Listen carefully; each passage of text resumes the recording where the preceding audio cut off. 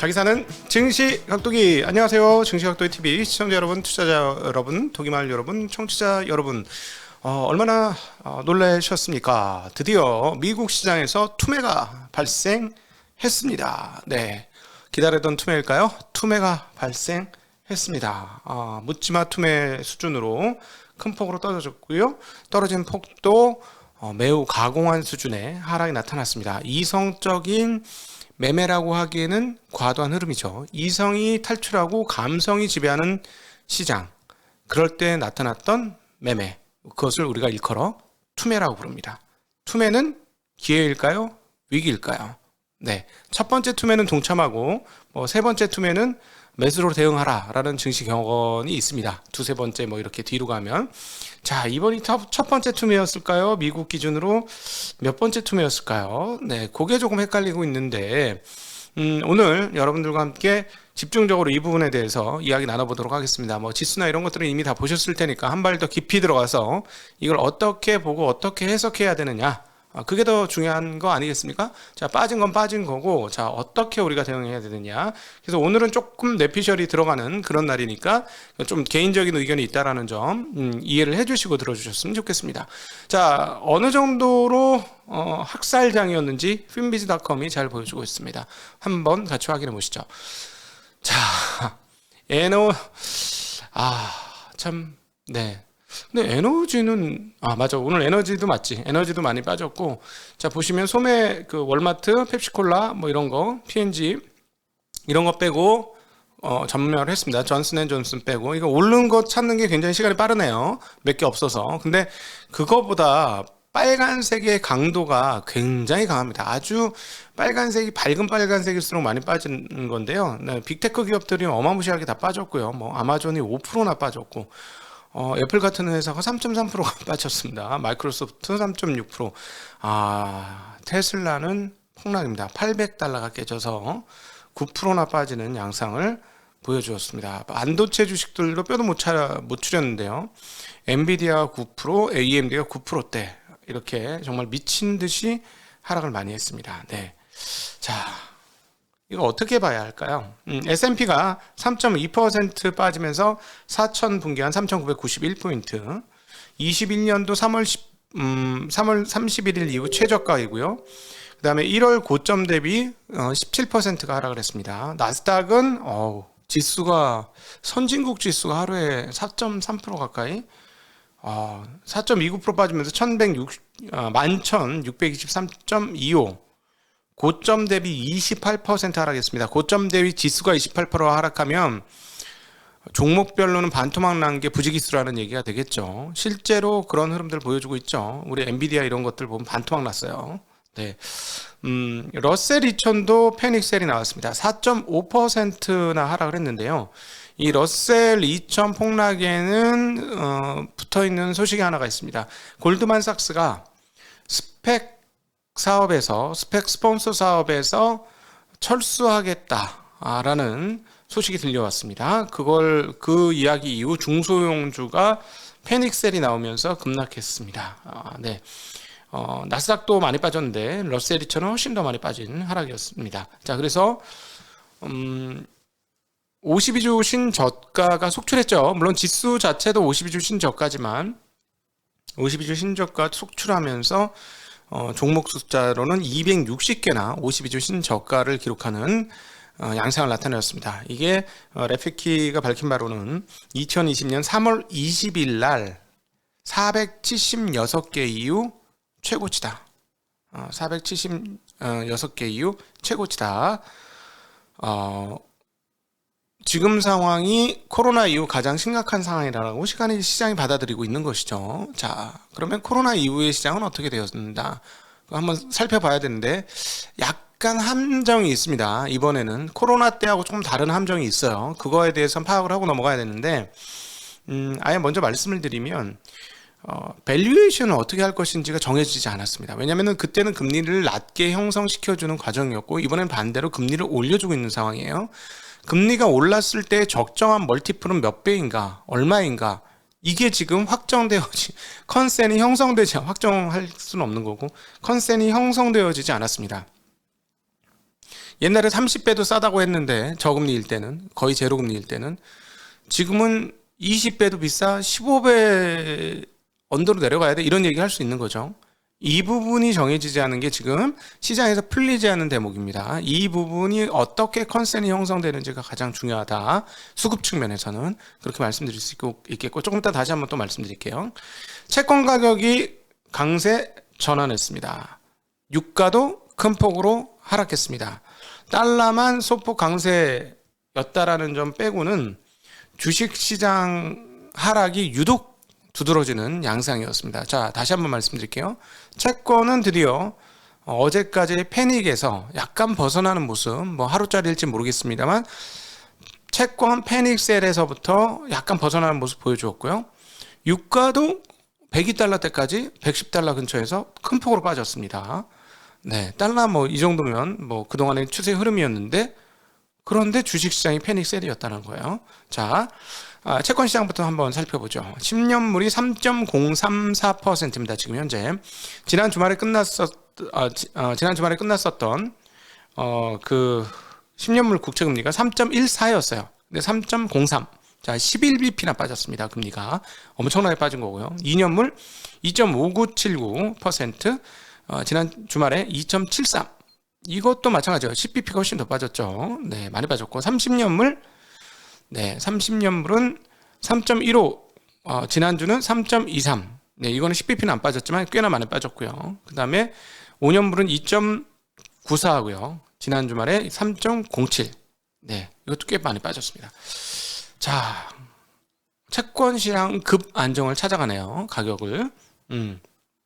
근데 그 주식시장이 빠졌다. 근데 주식시장만 빠졌냐? 모든 자산이 다 빠졌습니다. 채권 빼고는. 금 가격이 1853달러까지 하락을 했고요. WTI는 6.7%나 하락하면서 102.35달러로 급락을 했습니다. 여기도 이유가 하나 달려 있는데요. 사우디아라비아 국영석유 업체 아람코가 아시아와 유럽, 인도분 원유 공식 판매가를 인하했다는 소식, 그리고 뭐 증국이 지금 좋지 않다는 소식, 이것들이 겹쳐지면서 유가가 큰 폭으로 하락했다라고 보도되고 있습니다. 자, 비트코인 어떻게 됐을까요? 네, 폭락했죠. 기술주들과 궤를 같이 하는데 엄청나게 당연히 떨어져. 반도체 지수가 무려 5.13% 떨어졌고 빅테크 기업들이 3%, 4%, 5%가 빠지는 상황이기 때문에 비트코인 8.5% 가까이 하락을 했습니다. 그러면서 엊그저께 4만 달러였는데 31,322달러로 폭락세 지금 나타냈고요. 자, 앞서 말씀드린 테슬라가 9%대 폭락을 하면서 800달러가 무너졌고요. 성장주의 가장 선봉이었죠. 테슬라는. 물론 이제 좀 테슬라는 그래도 현금 흐름이 나오기 시작한 성장주고 현금 흐름이 안 나오는 성장주. 네, 리비안 지분 팔겠다는 소식과 함께 20.88% 빠졌고요. 루시드도 9.9% 빠졌습니다. 현금 흐름 안 나오고 적자 나는 기업 성장주들은 더 나락으로 빠졌다. 이렇게 볼 수 있겠고 눈에 띄는 하락은 팔란티어가 21% 빠졌습니다. 실적도 그저 그랬고 가이던스도 그저 그랬습니다. 네, 그리고 AMD, 엔비디아가 9%의 폭락을 했습니다. 이것만 빠졌느냐?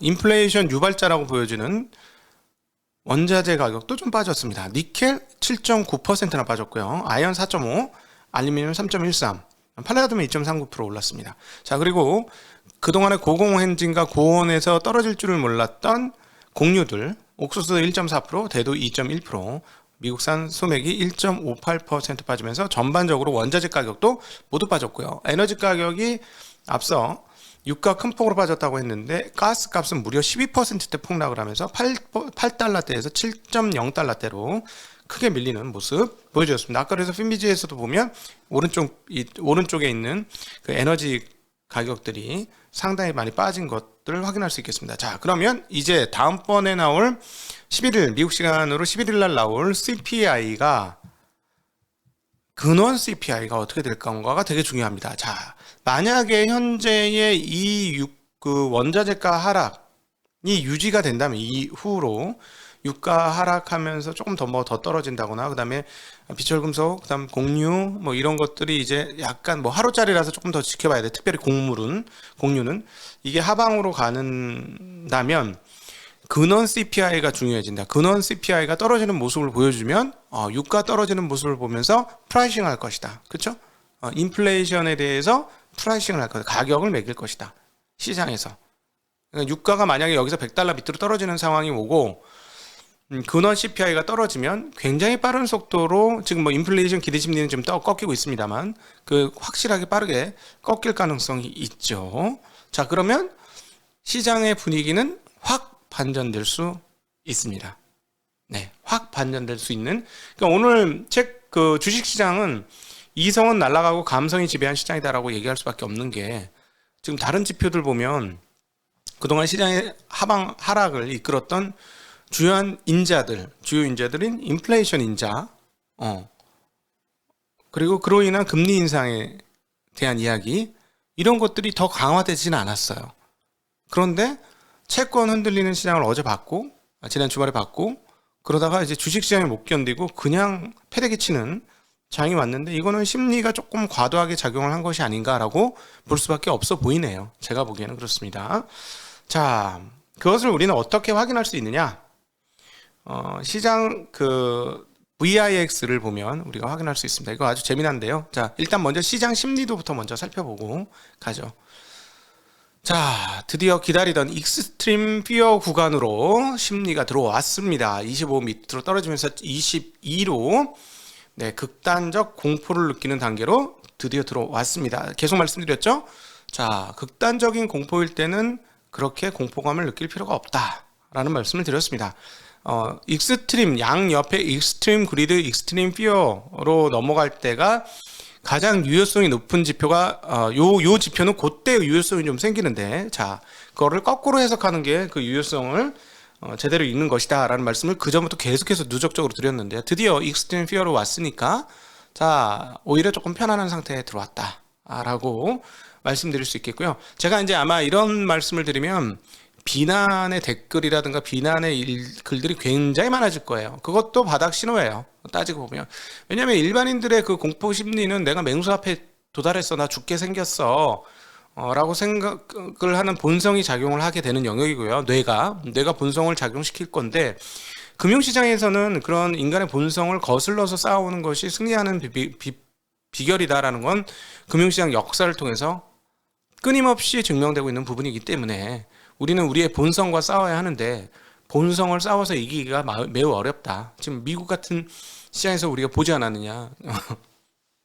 지금 요소 인자들이 오히려 꺾였는데 패닉 셀이 나왔어요. 자 이제 재미난 VIX를 한번 보도록 하겠습니다. 이럴 때도 아까 뭐 Fear and Greed도 인덱스도 그렇습니다만 그거보다 더 유효성이 높은 게 VIX 지표예요. 네, VIX 지표 지금 보시면 1년치로 한번 봐볼까요? 이거 지금 더 높게 나왔는데 1년, 네, 그 보세요. 자, 지금 1년 내 최고치죠? 1년 내 최고치 34.75예요.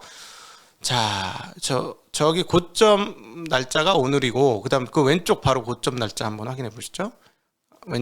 네. 요게 왼쪽이 그 11월 28일 좀 될 거고요. 그 왼쪽이,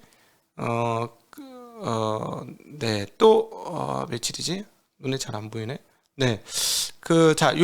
이거 날짜 기억하시고 제가 적어 놨는데 눈에 잘 안 보일 것 같아서, 지난 고점이 21년 11월 28일, 그 다음 1월 16일, 2월 27일이었어요. 네.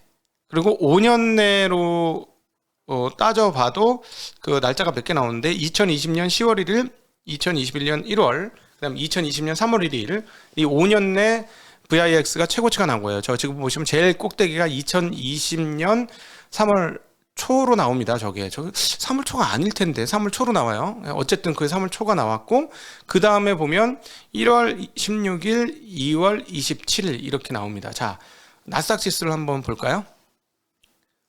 나스닥 지수. 자, 5년치를 한번 보시죠. 1년치와 5년치를 한번 보시면 될 것 같습니다. 5년치 보시면, 자, 그 중간쯤에 쪽 빠진 자리 있잖아요. 예, 쪽 빠진 자리가 2020년 3월입니다. 네, 그 VIX와 거의 유사한 시점입니다. 이때. 예. 그 S&P도 그렇고 나스닥도 그렇고 이때 그 거의 요 시점이 VIX가 아까 꼭지 찍었던 자리가 저점 자리고요. 또 오른쪽으로 가다 한번 쭉 빠지는 자리 있죠.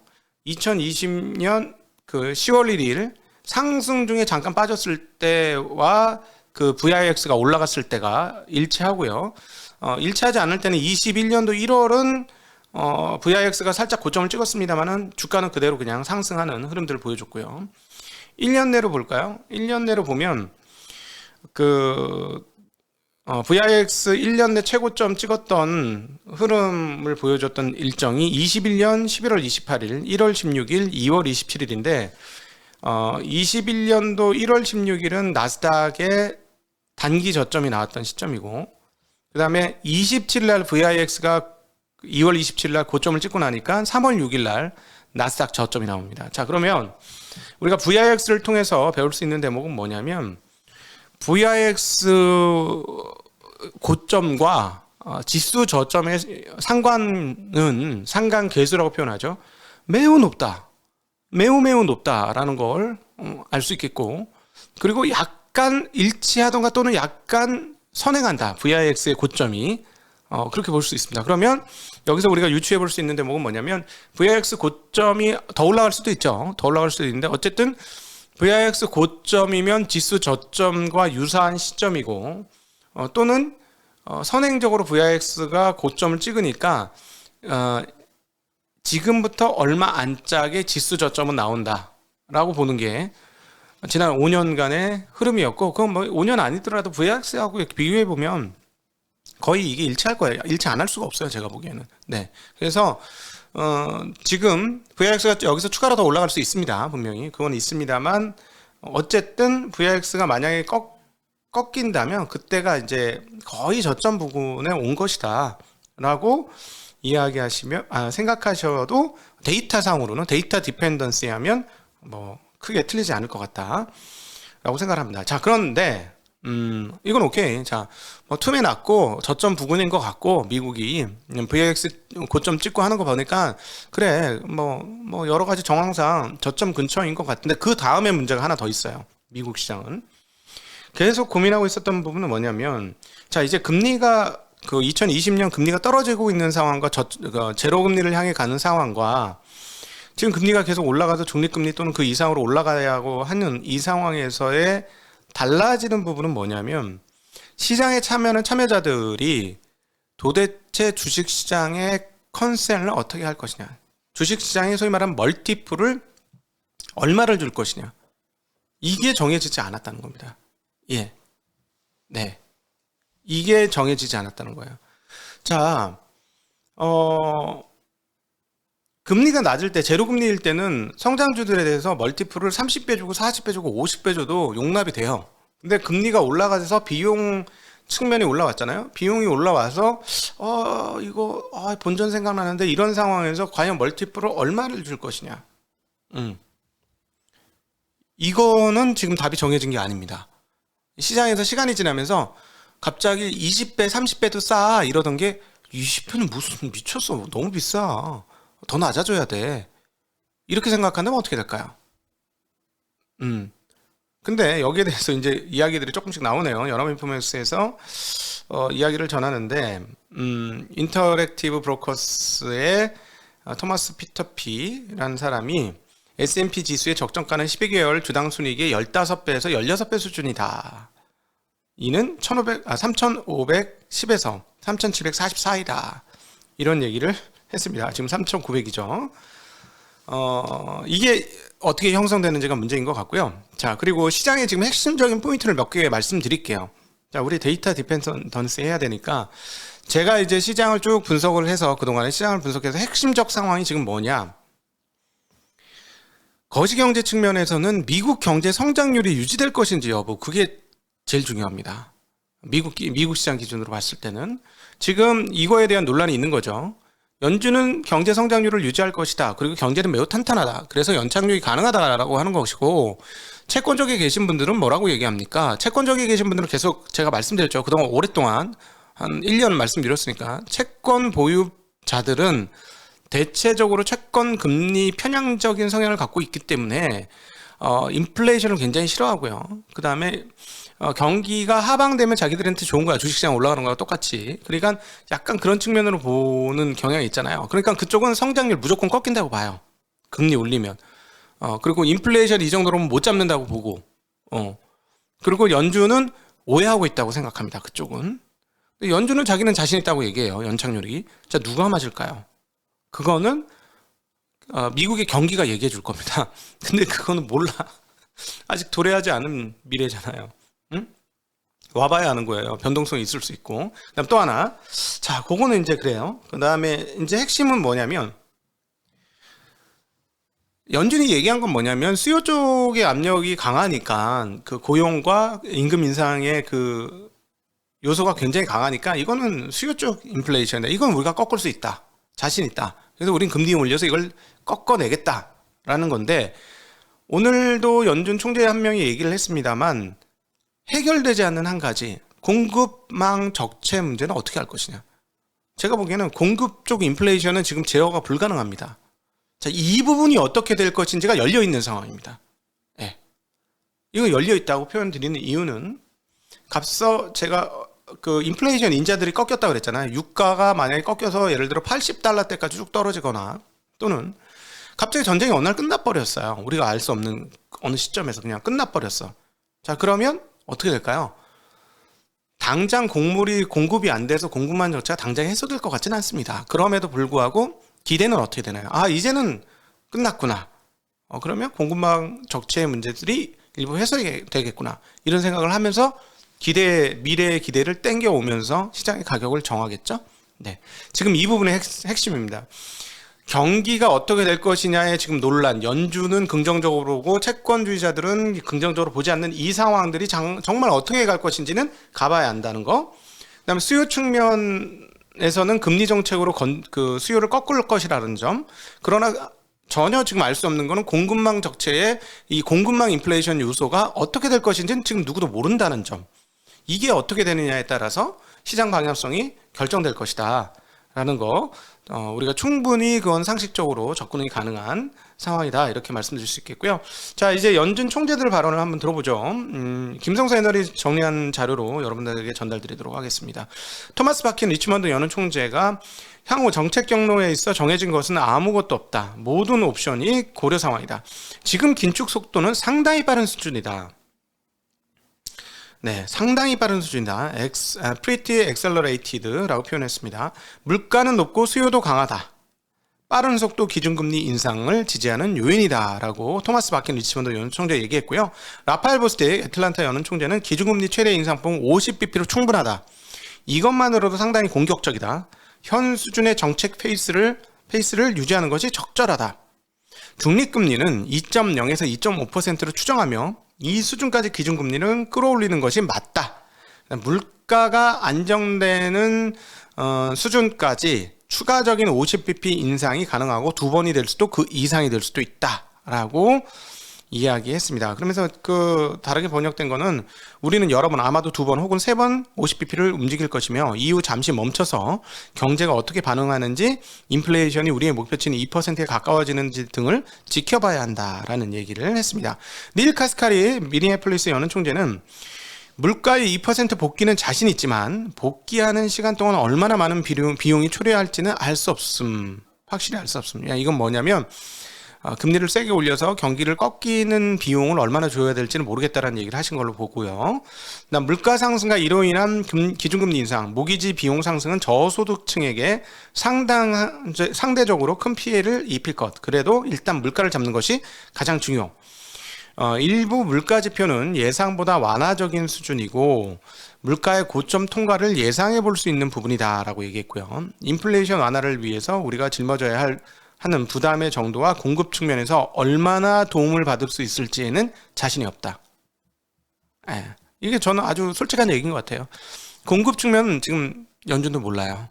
그래서 앞서 주요 이슈 경기가 살아있느냐 여부, 그 다음에 수요는 확실히 잡을 거라는 거, 거시경제 측면에서. 근데 공급 측면에서 어떻게 될 것인지가 정확하지 않다라는 게 지금 우리에게 놓여진 세계상이다. 경제 세계상이다. 이렇게 정리해 볼 수 있겠습니다. 오늘 투매를 맞아서 조금 길게 말씀을 드렸는데요. 어찌되었건 그 심리적으로는 쫄렸습니다. 심리적으로는 확실히 쫄려 있고요. 이럴 때 현금이 많았으면 얼마나 좋겠어 하는 생각을 저는 하게 됩니다. 죽더라도 매수를 죽어야지 이럴 때는. 근데 현금이, 그래서 저도 이제 또다시 복귀를 쓰는데요. 복귀를 하는데 이게 추세적 상승작이 아니면 현금 보유 비중을 이렇게 긴박하게 갖고 가면 안 되겠다. 좀 넉넉하게 갖고 가야 된다.